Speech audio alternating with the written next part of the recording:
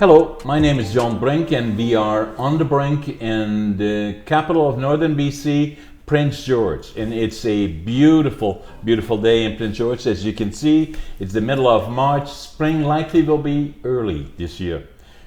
With me today, two guests, Sandra and Paul Clermont. Kind of a special day for Paul, actually. Sandra told me it's his birthday today. So happy birthday to you, Paul. Thank you, sir. And so you've been around Prince George for a long time. So tell me a little bit about your past, both Sandra. I think I've known you, I was thinking about it and I'm talking to some other people about, I think I've known you for at least 30 years. I'm thinking so too, because it's going way back. I have memories of Shane Black and Black's Furs on 3rd Avenue because I worked part-time there. Yeah. And I do remember you and Sharon from Yeah. that. And I think just in general, I'm a Prince George girl, so... Because I know you already before that, because Yeah. I ended up buying that building from Shane. Right. When he left, and then later on I sold it again. But I knew you already even before that, and so I came here in 1965. Okay, and I came here in 1980 with my parents, of course, and my family, Yeah. from Cache Creek. Yeah. My dad was a Greyhound driver, so And we his came name up. was? Gerhard Jerry Meyerhofer. Meyerhofer Yeah. was your maiden Yes, name, yeah. and your dad was a Greyhound driver. Yeah, he was for there many years. Very many years, and then he was the regional manager up here in Prince George. Yeah, for Yeah. Greyhound. For Greyhound, yeah. Yeah. Yeah. And we're going to talk about this a whole lot about it because you kind of like to be around people that have buses and bus Apparently. drivers. Apparently, I just couldn't quite get that out of my system. Yeah. Because then I kind of met this guy here, and yeah, he was, he's not a Prince George guy, so No. he's planted over from Ontario. Tell me a little bit about where you're from, Paul. I'm from Cornwall, Ontario originally, outside Ottawa, between Montreal Okay. and Ottawa on the St. Lawrence River. But when I was 20 years old, I had the equivalent of a pulp mill job and decided that that's not the life I wanted. So I sold everything I had, my motorcycle, my car. I wanted to go, pursue skiing. I wanted to be a ski bum. So sold everything I had, moved out west with my friends and ski bum throughout Western United States and Canada for 3 years. Yeah. Then after, had a lot of fun doing that. Then eventually it was come to the point where I had to work. So Yeah. I moved to Prince George with my pack-sack and skis, and that's Why it. Prince George? There was a friend up here that had a job, and I said okay because I was starving. So where? What was I working? Yeah. There's a place called Tri-Waste out in the BCR at the beginning. So Which it's one? Tri-Waste. It's kind of the evolution of New Alta or something like that. Okay. So, yeah, so I was working there to start and just lived at the Carmel Hotel and just started working slowly. Yeah. Then met some friends and that's where the story really gets interesting over time. So what year was that? 1993, 94. Yeah. So, yeah. So And so, yeah, so then somehow you got involved in buses. yes. What was the attraction? Well, there's a storyline there. I was driving part-time for a company called Grey Line. Rail line? Grey Line of Victoria. They had buses up in Oh, Prince Grey George. Line. Yes, Grey Right, Line. they're yeah. still there, right? Yes, they are. Yeah, I yeah. think so anyways, but Yeah. driving for them and also driving for Pepsi at the same time. Yeah. And but I found buses. I love the lifestyle of, I love meeting people. So Yeah. every day, every weekend, I'd be taking people on adventures. Yeah. To Jasper, Vancouver, Kelowna, you name it. Yeah, yeah. And Pepsi, I'd be filling coolers. So I came up a crossroad where I had to choose between driving bus full time or driving Pepsi and filling coolers. Yeah. I chose less money for the lifestyle and I enjoyed it better. Right. My mother wasn't pleased. She's like, "Well, Pepsi will always be there." Yeah. I don't know. You shouldn't do that. And I'm like, "Well, I'm gonna never listen to you anyway. So I'm gonna Yeah. always do what I want to do and what made me happy." So did that for 7-8 years and learned the industry. Then a window of opportunity opened and. So what Yeah. was the window of opportunity? Grey Line was sold to Rocky Mountaineer Rail Tours. Okay. Armstrong, I think his name is. Are they yeah. still around in that, Yeah, I think in they that are. format? In some form or another. Yeah. But at that stage, I was kind of doing all the charter work up here in northern BC and driving still. So kind of where are you managing it. now? So, but In they the said, late 90s or yeah, late exactly. 90s? Yeah. Probably late 90s, early No, 2000s. mid-90s. No, when that happened. Oh, right, yeah. So mid-90s. probably 2001 to 2002. Yeah. Okay. Then they said, "Paul, we're not going to send you buses anymore. to manage and do charters. But if you start your own bus company, we'll rent them to you. And I already looked into buying my own bus, and no bank would finance me because they're they're very expensive assets. And so that was the window. So I said, oh my, this is my chance. So I took a course through Community Futures, learned how to start a business. Were you already together then? Oh yes. Yeah. You were married already? When this was all happening, that would be about, Ethan was born in 2002. Yeah. So kind of had a brand new baby. Yeah. While this was kind of going on. And so that he wants to go out, buy a bus and mortgage the whole house. Risk everything. Risk everything. And I kind of knew that, well, he wasn't going to be happy not doing what he wanted. He's an entrepreneur by spirit. Yeah. And I know we had support of my family, and they helped me with the, daycare and all the rest of it. And we just kind of took that leap of faith. And you kind of went in together, right? Yeah. Because you had the background of, your dad's history, and you that already connected you somewhat to the buses. Yeah, I couldn't in a million years think that was going to be my future, because in essence I'm kind of doing what your dad did. My dad right now, so it's amazing how that happens, right? Yeah. Because your career was totally different from that, really, because I remember you on CKPG reading the news. Yep. And then you did that for quite a while too, right? Yeah, around I did that from 2008 to 2013. Yeah. And it was around that time that things were just really starting to explode with the company. And I was always working outside the company, to make paying money. the bills.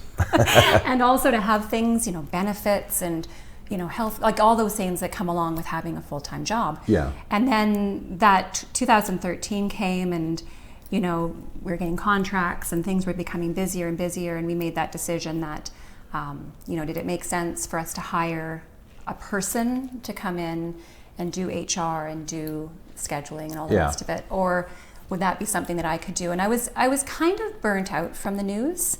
Yeah. It's a hard slog to read. Was that before Shaw or after Shaw? That was after. So I went to CKPG after Shaw. Yeah. So I learned lots about the television industry from Shaw, like, being a videographer, editing, production, that type of thing. And then at CKPG, I was the news, right? Yeah. So it was a little bit more of that. You've always been an extrovert type of an individual. Well, we argue. I actually think I'm an introvert that does extroverted things. Yep. But I didn't actually start doing anything to do with theater until I was in my 30s. Like that was... with Judy? With Judy, yeah. And you did some major productions, that you were part of. Really blessed to be able to have all of that, history and... Where did you get all that talent from? Oh, well, I don't know. No, you're walking around the house singing. Well, he actually said that. He was like, "You're always singing." And you got to meet Judy. So then I was actually I was with Shaw, and I was doing. They were doing West Side Story up at UNBC. Yeah. And it was that amazing. Bill had built that amazing set, and they were outside and overlooking the entire town. And I was at Shaw Cable, and I was a videographer, so I had my camera, and off I went up to, interview Judy, who I'd actually known for on and off through town. How could you not? How could you not know Judy Russell? Yeah. And then it ended up being that Paul said, well, you should just go see Judy and you should get involved with theater. Yeah. And so I started going to... She'd sing like Snow White. I started going to Alex Murray, and took singing lessons. Yeah. So, yeah. And then just auditioned and got some great parts and some great roles. And it kind of continued from there on in. Mm-hmm. On and on further, because you still were you not involved in something last year as well? Well, we had to all just go into doing absolutely nothing because of COVID, but we were really fortunate because we kept doing play reads, which were like scaled down versions of what a production would be. Yeah. And then I was really lucky because I ended up getting a part in the movie that shot here last summer. Yeah, and that's another. So now you're a movie star too. Well, I wouldn't go that far. Well, you are. Yeah, so that was actually a really interesting experience because it's completely Is that different. with Jana? Yeah, so Jana actually contacted me and I And auditioned. Sarah? Sarah Shack, yeah. Yeah, she's from here too originally. She is. I remember her years and years ago with Yeah. when we had all the movies back in the 90s. Yeah, she was. She got hired through the city because they were going to stimulate the movie industry and get investment. So Yeah. she kind of I know, and then it kind of just became a natural for her, really. really Yeah. good. Yeah, just unfortunate that it didn't.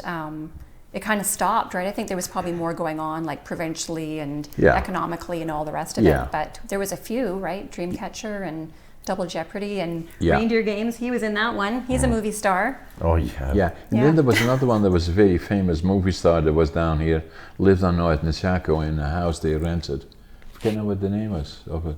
Anyway, Ben Wow. Affleck. The Deer or something? Yeah, that Reindeer was Games. Was that where they stayed Yeah. then? Oh, okay. Yeah, who was the Ben Affleck and Charlize Theron, I think. yeah. Yeah. Quite a good movie apparently. Still on Netflix or someplace. you And know. Gary Sinise. Yeah. Yeah. And so so that's good. What are you doing now then? Well, it was kind of an interesting experience because it's completely different than doing theater. Yeah. It's night and day, but still Yeah. really enjoyable. Yeah. And so I've auditioned for a few things out of town, and it's all done on your cell phone.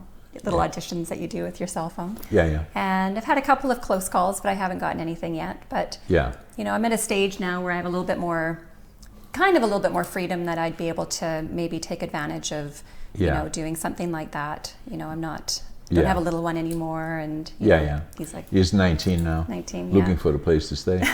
And working Away at the from the company. home. And works Or with maybe us. the parents are Yeah. looking for him. Yeah. He's a great house sitter. yeah, Yeah. definitely. Yeah. So Paul, you know, do you tell me a little bit more the entrepreneurship of it? Because you know, if you start something from the ground up, From zero. you know, then you have to get used to rejection. I always remember, you know, when I started Brink First Products in 1975. You know, I wrote a business plan. I dropped it off at every single bank in town, and they all turned me down. And then I got a couple of them. They said, "Well, maybe you can improve this or change this." The problem that I had lots of ideas, and I had no equity, and that's obviously what it all kind of came all about, you know. So then I always remember the Royal Bank. You know, John Weems was the manager of the Royal Bank in 1975, and now I had been into the bank. I had that one, and then CIBC that gave me a little bit of encouragement. The other ones say, please don't come back, you know. But I was trying not to be a real pain and just kind of make changes to my business plan. And so then I went for the 12th time to the Royal Bank and to John Weems. And they had an assigned fella, and so again I said, well, I made these changes and those changes, and he said, okay, you know, so you know, let me talk to John. Now I don't know if you know the Royal Bank, obviously you do, but the second floor they have their offices, but then the manager was sitting in the far corner as you go into the bank, in the far corner. And they were kind of, the division was the little walls they had, you know, so they all kind of connected. And so he said, okay, let me take it to John. And, you know, so, and I was sitting there, you know, saying, okay, what's going to happen now? I'd been at the 12th time already. And then I heard all in the bed, I said, I was looking for $25,000 to start Brink First Product, start a lumber company. And John Weems said, give them the money, give him the money. And that's how It's true. 12 times, that's persistent. And they gave me the $25,000, and then I said to Sharon, my wife, I said, what am I going to do now? You know, so, and You're that's on kind it, of yeah. how it all started. Yeah, you know. definitely. Yeah. Well, it's so very how about similar. you? It's very similar in one way. Create a business plan, projections, forecasting. Went to all the banks, Yeah. lease companies, you name it, trying to get me to finance a bus. Nobody would touch me.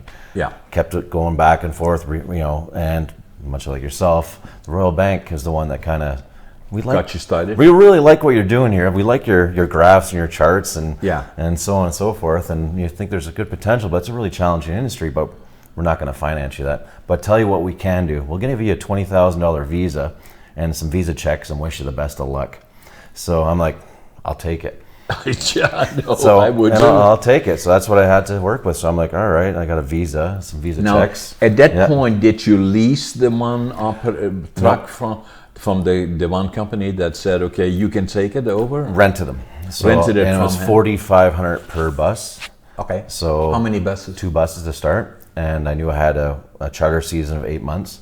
So I knew if I Was like, it lease to purchase type? no, just pure Just rental, no ownership, Yeah. no end game. It was just Right. borrowing the equipment. Right. But I'm like, okay, that's the only way I can get this going. So I agreed, and so I had to fly myself and another driver to Vancouver, which paid for the flights, fuel the buses up because they brought them over to Victoria, and and waiting in Vancouver for me. Drive them up, insure them, so $4,500 per bus. You're already into it for $9,000. Then the insurance is about $850 per bus. The employee's wage, so already $13,000 into the credit card. Get them up here, then I start working them. Yeah. And myself, another driver, and So did you have yeah. to kind of develop the business because always. I presume Greyhound was still running. Yeah, that's a totally different animal. So I was just doing hockey teams, university, high school, elementary, judo. Lynn, I love it, Yeah. Lynn. Right from the beginning, you did that? Yeah, because I was driving them when I was working for somebody else, so I got to know the people, Barracudas. Yeah. So you already had the connections. Yes, so I went around chasing them, and Yeah. I got my own buses. Yeah. So a lot of people, and that's what I loved about the community, because they rallied behind me. Yeah. And I started managing the Caribou Cougars when I started doing that as well. Yeah. So I was driving the Caribou Cougars, managing them, and starting a business, and so the first 8 months was a whirlwind. She never saw me. No, I don't think Yeah. so. Because I wasn't just driving the buses, I was also fixing But them, and were you Washing then them. supporting Yeah, I don't even know what year would that be. the What other was I doing? things? that was With 2003, working? 2004. Working, I had like a baby. Yeah. And she was at Yeah. CKPG. Yeah, I had like a little. No, I was at Shasta. Oh, okay. Yeah, so Ethan would have been like a toddler, Yeah. right? So you I was had your working hands full full-time. there. Yeah. Yeah, it's So you were a lot on the road then in the beginning for many with your years. 2 buses and Yeah, then I returned them. Yeah. And after the 8 months, then I had some numbers on the books, and Yeah. then started shopping around some more. But again, it was really hard to buy a new bus. No chance. so you didn't. Could you not buy them from them at that point? No, that wasn't an option. So Why? then, Why would that be the approach from them to not to sell them? no, because they're assets, and it's Yeah. easier for them. I had to maintain them, insure them, and everything else, and Yeah. they just get the cash every month, right? Yeah, So, yeah. and but at least I established something on the books. Yeah. And returned them. Then I bought my first bus with the help of Greg Pocock, and worked with him at Hydromechanicals. He was coaching teams at the time, so he let me keep my buses there, and Yeah. he gave me a little assistance, and I got a government guaranteed loan for $50,000. So just to give you perspective, my first bus I bought was $50,000. Yeah. The last bus we bought was $500,000. $720,000. So, Whoa. so the black bus. That's what it's worth. So, and we bought Yeah. a few. So We don't have the so it was blowing 50,000 black bus smoke out the back. We don't have that $50,000 bus anymore. No. No. But that kind of puts it into perspective, right? Yeah. Like if same as you. When I say I started a lumber company, Brink Forest Products, with $25,000. It's hard to How can you fathom, possibly do that? That's Yeah. not possible. Exactly. But what I did, what you lack in knowledge and what you lack in capital, you have to be innovative. So I rent the property that I'm on now, or one of the properties, is that I leased it from somebody, and with the old lumber mill that already had been shut down for a long time on top of it, and so that's how I started. And then with the 25,000, then I worked as long as I could stay awake, 7 days a week, monkey wrench, drive forklift truck, go to the banking, do all of that stuff, right? And then so after about 3 months, the 25,000 was gone, and I was 75,000 in the hole. And every time on River Road, a truck would drive by, a car drive. I thought it would be the bank and saying, "Okay, John, the gig is over. Give me the keys." No, but they didn't. And then, and I couldn't find any partners to go in it because they said nobody can succeed in that business, so you can't do it. So that's what happened. I had to was on my own. I couldn't find anybody to be partnering, and well, now 47 years later, I don't need any partners. So all the companies that I have now, I own, on our own. Nice. And that is the warehousing, the sawmills, and and the lumber mills. So, but the other part that I was going to share with you is, if people look at these type of interviews, what I always find, it is important to know. That's been my experience in saying, how did you do this? Yep. How can you get these kind of companies off the ground? What does it take? Because I'm, whoever that may be, want to do something in business. I'm always trying to figure out, how do they do it? Yep. That's very important, So and that's why I talk about it, and that's why I like to talk about it with you and both of you, and as well, and share my own as well. The first one was that when I came to Canada in 1965, about 2 blocks away from here, the Greyhound station. Oh, right. Yeah, I had one suitcase, one set of books, a couple of books, and one set of clothes, and $25.47. And then couldn't speak the language, didn't know, so didn't have a job. So, and then I got a job piling lumber in Quesnel. It was on a Thursday. And so fortunately I went to the post office, and was in July, and there was a fella that was working for the immigration service there that had a Dutch heritage. That helped me, obviously. Yeah. And he found me a job in Quesnel, piling lumber. And so I said, okay, that's where I go then. Yeah. I'll take the bus every 20 minutes, a bus to Quesnel, right? No. So if you want to go there, I had to start that evening because obviously I had a cash flow issue, and I hitchhiked with my suitcase, to Quesnel. And then the guy that hitchhiked me said to me, I couldn't speak the language, so he said, "Where do you want to go?" I said, "Greyhound," because that's where we stopped on the way up, right? And and he dropped me off at the Greyhound station, and fortunately the personnel manager of Wellwood of Canada helped me find a place to stay, and then dropped me off at the mill, and I started piling lumber with my suit on, and white shirt, gray pants, black jacket, and so I said by the first coffee break I took my tie off. Wow. And then from there on in, it's a little bit of a story in between. Then I went to Prince George, and then my dream was to build a mill. To come to Canada, start from nothing, build my own lumber mill. And my somewhat of heritage, my grandfather was a master carpenter, my dad managed a small little operation, not his, but in Holland. And so my dream was to build a career in the lumber and to build my own mill. And so then I came here to Prince George, became a cleanup man for one of the mills here. Actually, the mill that I worked for was purely coincidental, Netherlands overseas. Didn't know anybody there. The name was there, but it was fairly new. It was a big mill. And then with a year and a half, I was superintendent of the finishing side of the operation. That didn't go fast enough for me. And then, then I had an offer to become a manager of a mill in Watson Lake, Yukon. Can you imagine a guy from Holland, that it was a climate like Victoria, and is going to Watson Lake, Yukon, where I've seen it there 62 below. Yeah. Or it snows in July, and you don't know if it's late or early. So, anyway, so I went there and I managed Watson Lake Lumber. And with the commitment, after 5 years, I would get 1/3 of the ownership. So now, Okay. And then I stayed in the motel, and then I ended up. I had to make money, right? So to buy the mill even earlier than 5 years. So I bought the motel, Jack and Mac, called it the Signpost Motel, and I had to make a deal with them how to buy the mill. Well, the lady that had the mill, or the motel, and restaurant lounge. She wanted to desperately get out of there, and so I made a deal with her. I said, I'll sell it for you on a 10% fee for selling it. She said she would do that, and then so we wrote up an agreement that she would sell it, and so I sold it to Signpost Motel Limited, which was me. Yeah. And so with the commitment of the 10%, I went to the bank, and then that gave me the down payment for the motel, and then from there on in, so that's kind of how I bought the first motel. And then later on, the sawmill didn't quite work, but I was there for 5 years. Yeah. Wow. Gave it all away for $1, and long story is all in the book.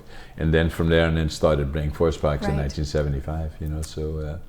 But that's a great story. the point is that if you want to be entrepreneurial and be successful in business, you have to have, that passion. You have to believe in what you're doing, and then you have to be innovative, and then you have to try to stay awake as long as you can possible to get it off the ground and stay with it, right? Yep.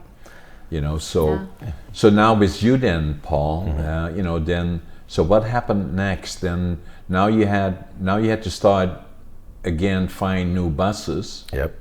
What happened next? Oh Lord. Well, I bought the first bus that we actually owned, or at least had it financed with a government guarantee loan. Where did you get that? Out of Abbotsford. That was from down south. Yeah. Then continued to do charters for another winter, and then afterwards, during that winter, we had an opportunity to. Camford Polar came to me and said, because Camford Polar. Okay. So, and they were doing their manhaul, and they were using a local company, but they had enough of that, so they asked me to take it over, and that was my first big contract offer. Yeah. And of course, I went to the bank with my contract, think I'm going to buy a bus. Yeah. And so I went there. Look what I got. Royal Bank again. Yes. Yeah. Look what I got. I got a contract. You kind of stayed with them. Yeah, for a bit. Yeah. That changed later on, but me too. One time, I remember going to the bank with that contract. They go, "Look what I got! I can get a loan from you guys to buy a really good bus now." Yeah. Like, no, nice. That's a cute piece of paper. Good luck. Yeah. So they're like, I'm like, really? And then they're like, yep, nope, we won't finance you a bus. They're too expensive. Blah blah blah.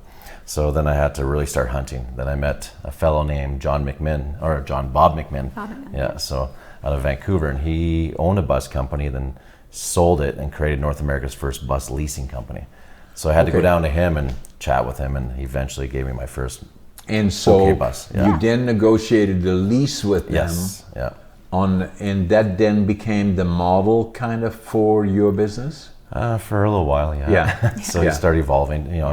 John and I, John, why am I calling John? Because Bob across from John. Yeah. So Bob McNinn and myself had a good working relationship, so he kind of supported me. And as I needed buses, he'd finance me, so he'd be my financier. And eventually I started evolving, because his rates were a little bit higher, so I had to go into the banks and work my interests and work with what I could. Yeah. So, but he definitely gave me a leg up, and we're still very close friends to this day. Mm-hmm. And was that a critical connection in your success? I find even for myself there are certain points, that I remember well. The ones where I was way down, kind of hanging on like this, which were quite a few, and then there were others saying that was the turning point. Yeah, I have a few turning points. Yeah. It's that when I bought my second bus, because I bought the first one for $50,000. Second bus, I bought it for like 20 some odd thousand out of Montreal and brought it across the country. And that year was a really bad year, because not only was that bus, transmission went that $18,000 bill, engine went $40,000 bill, transmission went down again because they didn't fix it right. So now you're incurring all those 60 some odd thousand worth of bills and losing all the revenue because I had to farm out the work to my competitor, which is a multi-billion-dollar company. Yeah. So they're like, sure. They're very happy. So I remember being in Cache Creek, and this is a kind of a dark spot for me, but I'm okay talking with it. I thought I was going to lose my house, my family, everything, because everything was going down fast. Exactly. And I was driving the Caribou Cougars, and I pulled over in Clinton, and I had some thoughts about it was probably easier just to step away from this world and step in front of a logging truck. So it was dark, and I remember stopping me, and I was just, if I made it look like an accident, then was, yeah, it's true. That's where my thought was. But Yeah. I couldn't do it, you know, of course. But it was there. And so I just decided to focus on positive things and taking, you know, little life lessons from, you know, entrepreneurs, like simple things. Don't worry about what everybody else is doing every day. Put on your pants and move forward, you know, and just start little mantras and, you know, vision boards and just keep staying positive and kept moving forward. And it just, that little pinhole of light turned into a very broad sun, you know, so, and things continue to grow in a very positive way. So, yeah. But you remember those points though, because I've been there too, you know, so that, you know. Well, you risk everything in your family and, you know, and for a dream, and when your dream's not going positive, it can get pretty dark. So. In me, in a different way, you know, where I found that, you know, that there was, it's part of the book, there was a fraud happening in the industry, and I, by coincidence, bumped into it as it affected me, and then, you know, felt that I thought everybody thought the way I did. If it is wrong, it should not be done in that matter, and, you know, and then when I made noise about it, they cut me off wall supply, and then you know, there was a period. Well, I had nothing left, you know. So you know, and then even in the town, W5 did a segment on that, where they said, as I'm walking down Third Avenue, nobody dares to even come close to John Brink, because if they do, they'll never work again, because this town is controlled by the forest industry. And then, you know, we took him to court, 69 days in court, in the Supreme Court. It changed the whole forest industry in North America. You know, it is somewhat very similar to walking across the street, being run over, but it was not your fault. It was on the catwalk, but now you're dead, and but you know, you changed everything, but you're dead. You know. So that kind of a thing, and you know, so that kind of brought me to the deepest of points, you know. And then there was a period I drank too much, you know, I had really nothing left, and you know, saying, you know, and then from there on in, you know, to build it back up again was virtually impossible. In fact, the lawyers afterwards said, they said, how could you ever have done that? But, you know, coming from there, you had nothing left, absolutely nothing. You know, and you know, and now you have this big company, and you know, how could that possibly happen? You know? And I don't even think about it that way, but you know, but it probably, you know, they say that if it kills you, it doesn't kill you, make you stronger, type of thing. That is one of them, but the other one was, I have this boundless belief in that, you know, I can make this work, you know. And then the other part that is very important to my life is that, you know, I have signs hanging up in my office, not here, but it says attitude, you know, avoid the negative. I don't want them around me. And then passion. I deeply believe in the things that I do. Every morning I get up and at 5:30, and when I get up, I always make up my bed, and then you know, then I'm ready to go. And you know, and every day to me, most people don't ever see me that I'm down. I'm always, you know, just mean that I'm not sometimes, but I always get myself up and going. And then passion, and then at the end, work ethic, and what follows is success. You know, so but a lot of times people don't realize that, you know, how deep people have to go in some cases, and it makes you wonder how you ever got through it, you know. So true. And you know, so I've been there, you know. So so tell me a little bit more about, you know, so that point. Yeah. Well, yeah. Then as things were brightening up and more positive things are flowing my way, then the Olympics was announced that it was going to come to British Columbia, to Vancouver. So then they were giving out contracts, and I was overseen, right? Even though I overlooked, absolutely. So I contacted my MLA. Yeah, sure. And I Shirley, you know, saying, hey, you got to get me in the door here, please help me, because I really wanted to be part of this. You know, so I lobbied, fought, And eventually they agreed, but they sent the CVSE to inspect my buses, all our operational, and make sure that we're suitable. And we passed, of course. Then they gave me a pretty high profile assignment, taking care of all the media. Wow. For Whistler. So I had every second hour I had a bus going from Canada Place to Whistler 24/7 for the month. Yeah. And then as things were progressing, the other company was kind of in sync with me on the opposite of hour, was from the States, and they were failing miserably. So VanOck enabled me to hire another company and train them up, and I managed to bring in 6 more buses, 11 drivers, and have them activated in 78 hours from Calgary. Yeah. And eject the American company. So by doing so, VanOck acknowledged that and gave me the Paralympics as well. So that was again a major point that kind of raised your profile, right? Yeah, that's as a can-do operation, right? Absolutely. Totally, having that on your resume. Yeah. Definitely opens some doors. Oh yeah, no question about it. And the revenue helped for sure. Yeah, well, obviously. So Canfor, then VanOck, all my charters. Then after that kind of slowed down, then Mount Milligan started happening.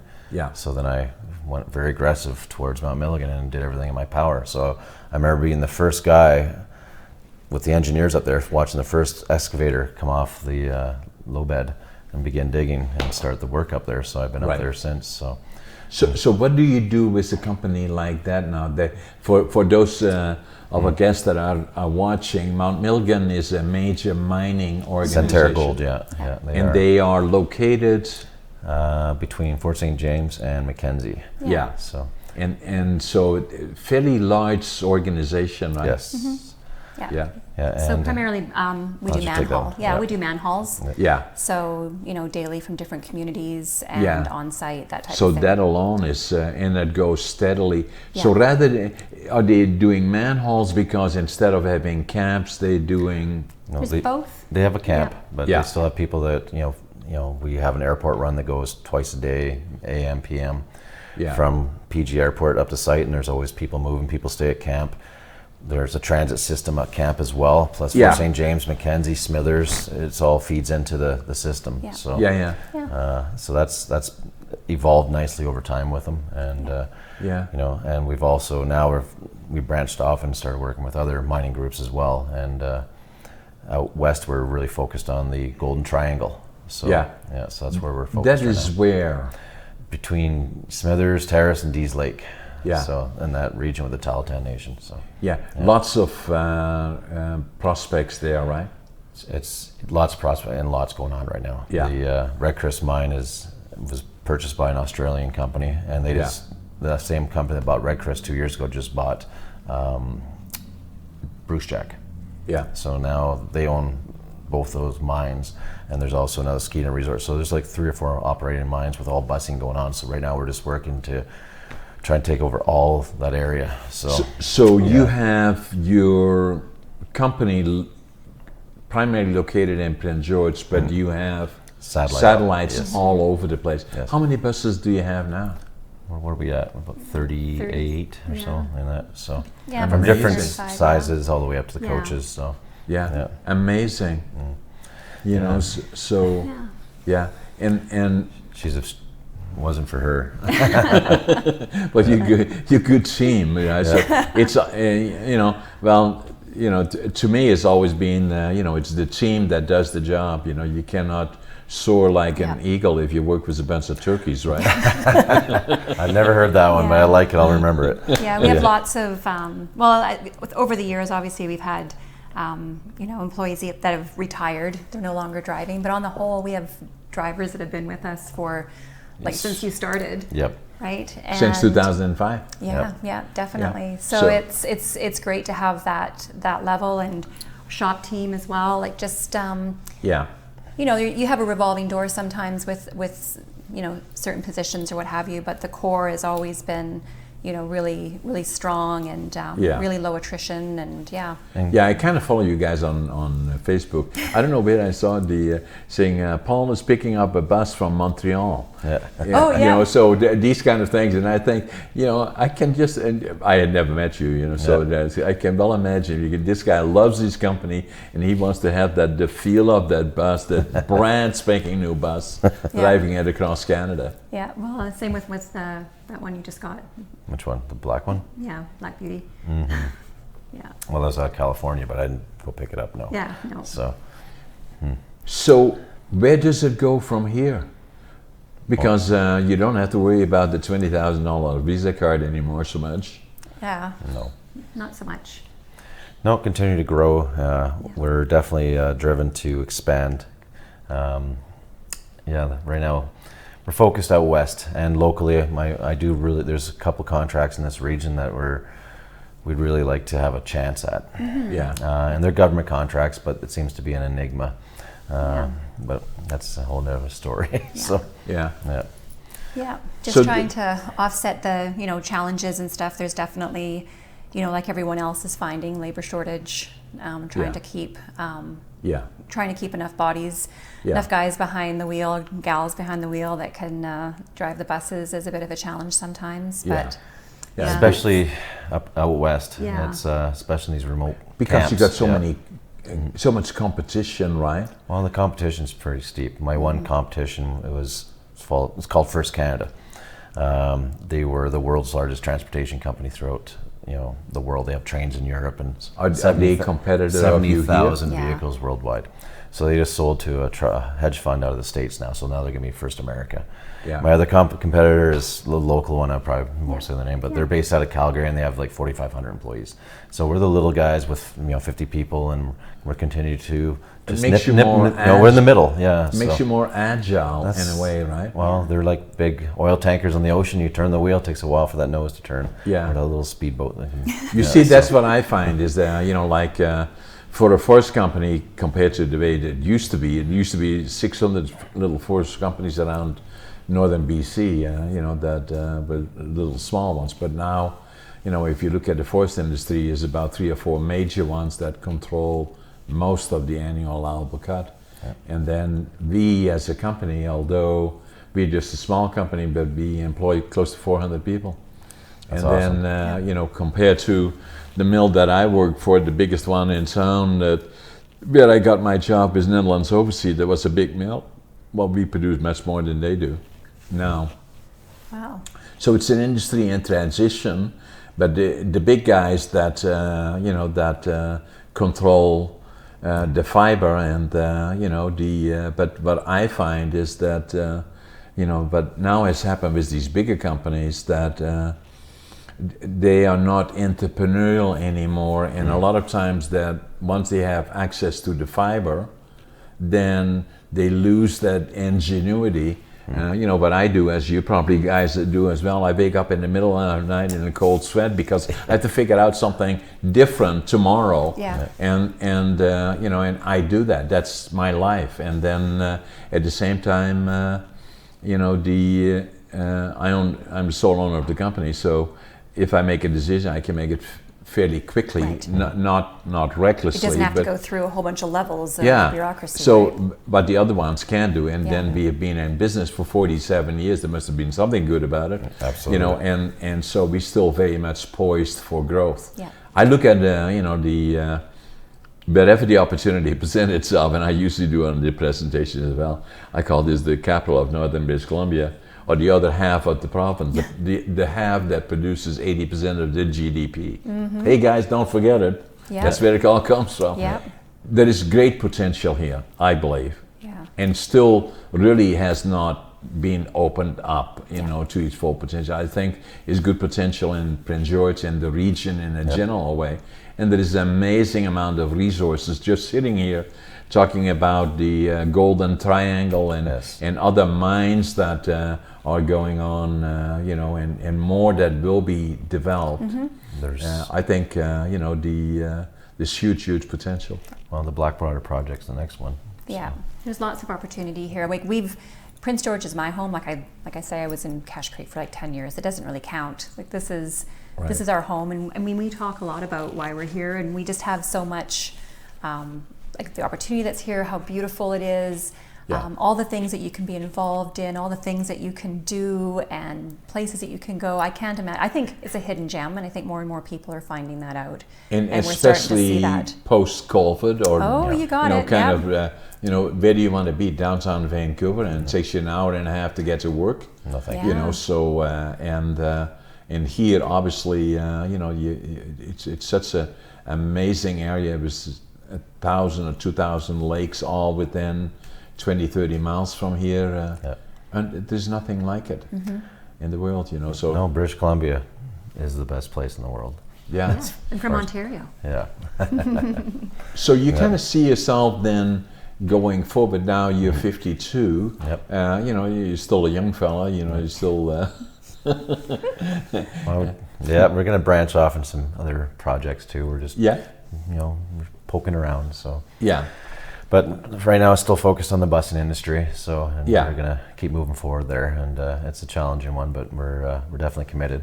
So and right now we're working very closely with Indigenous groups as well, and looking to expand those business opportunities together. So which is a fun project in its own right. So. And having 20 years behind you, and obviously a very solid reputation, the advantage that, from what I hear you saying or talking to about, that there are a number of larger companies that don't have the agility that you would have, or the ability to showcase your company being unique from the others. Yes. And so what I find, at least in my business, is that we as a company, we be very proactive in the community. I've always been very proactive. A lot of people say, well, why are you doing that? Well, it's not, that is part of my culture. Yeah. That's our community. So, and that helps us in terms of building relationships and expanding the company in other ways other than lumber. About 4 years ago, I bought Interior Warehousing, which is the largest warehousing company in northern BC. I thought it was poised for growth, and in my opinion, and since the time we have doubled it, and we will double it again. Nice. Because timing is everything. And then the same is real estate. I started accumulating real estate in 1987, and I had in that area on the northern Chaco, we really started becoming active 5-6 years ago or so, and so we probably one of the largest developers now in northern BC, because I believe it has lots of potential. The other part about it is that the houses that are being built here, where at one point you would go to down the coast, they have beautiful houses and all that's what's happening here now. The market demands products that level, level. And and then the other part about it is obviously $1 million house is nothing out of the ordinary now. True. No, not at all. And it likely will go beyond that. I can see where Prince George probably now we're still around 80,000. I believe it will become 160 to 200,000 people here probably in the next 10, 15, 20 years. That's a big boom. Yeah. But it's all here, right? The potential is all here. Agreed. It's exciting days. Yeah. So I'm looking forward to the future for sure. And I look at, your story from 1975, starting with, 25,000. Mine's almost 2005, starting the 20,000. And here we are in 2022. And people are telling me it can't be done. I still believe that, there's still opportunity for a lot of people to go out there and try and find their way. And it's a little discouraging when I hear youth or people say there's what you did can never be done again. But if I remember looking back when I was younger and seeing an entrepreneur like your son, there's no way it could be done. But when you decide to do it, you got to do it. And I think there's so much opportunity here in town and in this region that these people moving to town or even youth have a chance. Yeah, and especially Canada. There's no country like Canada, and there's no place like BC You know that you know, and so what I did is you know, I had to write a book about it. I thought about it for a long time. So it took me 80 years to live it, and then 20 years to think about it. Okay, and how long to write it? And 2 years to write it. Okay. Yeah, and so, you know, and the book is not about, it's an autobiography. It's precisely what you were talking about, Paul. It's not about hurrah, hurrah, John. No, that's not what it is about. It's about, with all the adversity and all the challenges along the way, including the deepest depth, I said I'm going to write it all. It will be all in there, all the bad, the good, and the ugly. And basically what I'm saying, you can do it. Yep. You know, anybody can do it. If I can do it, anybody can do it. And then, I don't know if you're to that section yet in the book, but you know, that when I was 58, I found that I was a classic ADHD. Yeah. And by pure coincidence, I read it, and I want, you know, so now you have to know that, you know, I failed grade 3. Nobody fails grade 3, right? I failed grade 3. No, I'm not even joking. It took me all this time. I swear to God that I failed grade 3. And then I failed grade 7 3 times. Okay, well, I can't say that. And then they said, okay, what do we do with him? Well, he likely should go to the mentally challenged school. And or does he get a job, you know? So, and then my dad, this was on May, the 3rd time that I had failed, and the schools were going to go on holidays for 4 weeks, and I came home again, and my report card was, you know, these another failure. So that's the end of it. So on Sunday, you know, my dad had a friend that had a clothing store, so I was relatively small for my age, and you know, find coveralls, but they didn't really have the coveralls for little guys. You mean what, like 12 years old? 14. 11? Or 14, okay. Yeah. He failed a couple times. Oh, yeah. right. And then, you know, so I had to, you know, with the coveralls, they bought me 2 pairs, and then we had to roll them up, and the crotch was hanging by my, that's modern now, but it wasn't then. And you know, so that's when I want to become a furniture maker. And you know, so that's where I was working for 2.5 years, and then I was drafted into the Dutch Air Force for 2 years, and of all things, I was relatively small for my age, and I became Air Force Police and Special Forces. I don't know why. I had a brown belt judo, you know, which certainly wouldn't set the world on fire. I cannot think of any other reason why would you put me in it. Anyway, so after that, I again started working for a major lumber company in Holland, and very quickly went through their ranks. But every time I did something, they said, well, it's John Brink, is Brink's son. Yeah. And I said, no, I felt I was a failure. And, you know, so I wanted to start from nothing. Yeah. So when I left Holland with 2 books, my set of clothes, 1 suitcase, $150 leaving Schiphol. By the time I got here, I had $25.47. Wow. But I knew I would build a mill. Yeah. It was not if, but when. You visualized it. Yeah. There was no question in my mind about it. And then, so now, with that being said, so that's what this book is saying, that if I can do it, anybody can do it. And then the other part about it, but the book is coming out on July the 8th. It will be ADHD Unlocked. So that's the book that comes out in July. I'll be curious of that one. So. Yeah. Yeah. Well, I think that sometimes that's part of it, is that people maybe with ADHD make fantastic entrepreneurs, because it's a superpower. Right? It is. That's how I call it. You can't sit there. You don't want to just sit there, right? You don't want to just sit there and behave or do what someone's telling you to do. I'm a classic, you know. So that I was standing on the books on 4th, and I was 58 years old, and for whatever reason, I found this book. It said "Driven by Distraction," and I still don't know why I opened it. I started reading on it, and and I thought, oh my God, this is me. And I wrote it in the book actually in Dutch. Wow. Now I finally know who I am.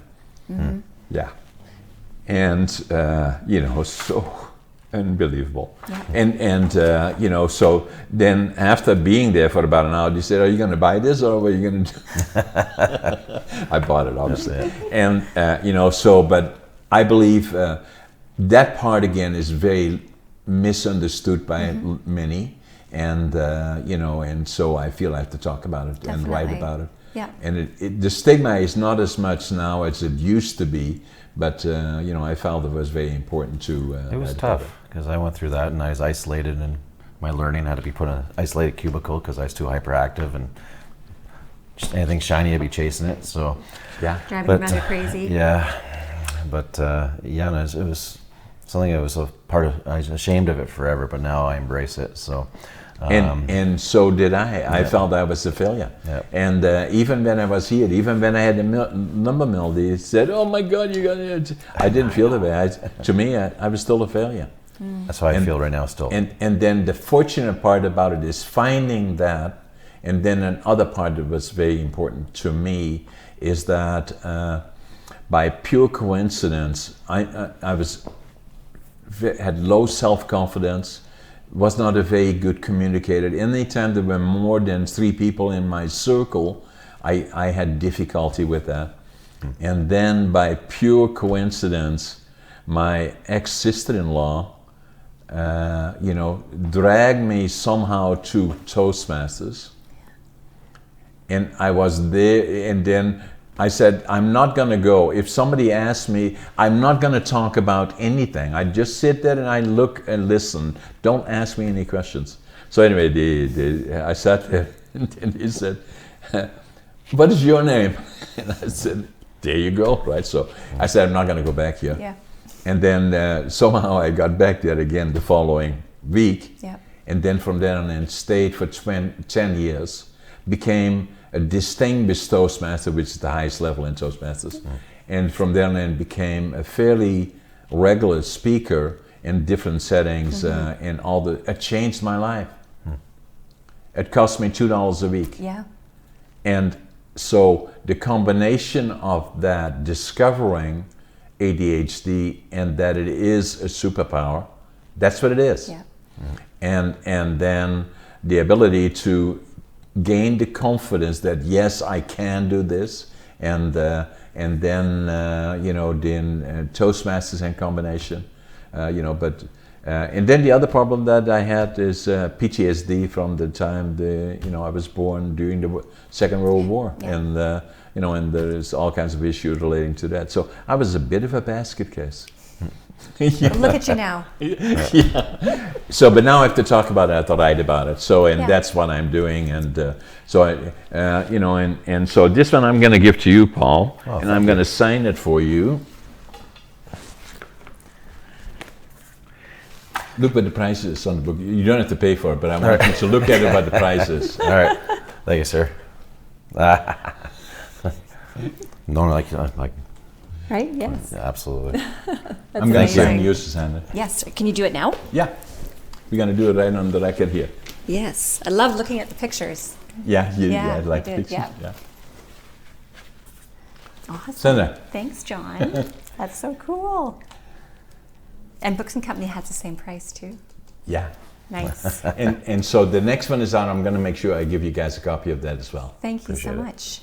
Thank you for being my guest. Oh, thank you for having us. Thanks, Paul. My It's pleasure. been a pleasure. Yeah. Thank you. Thanks.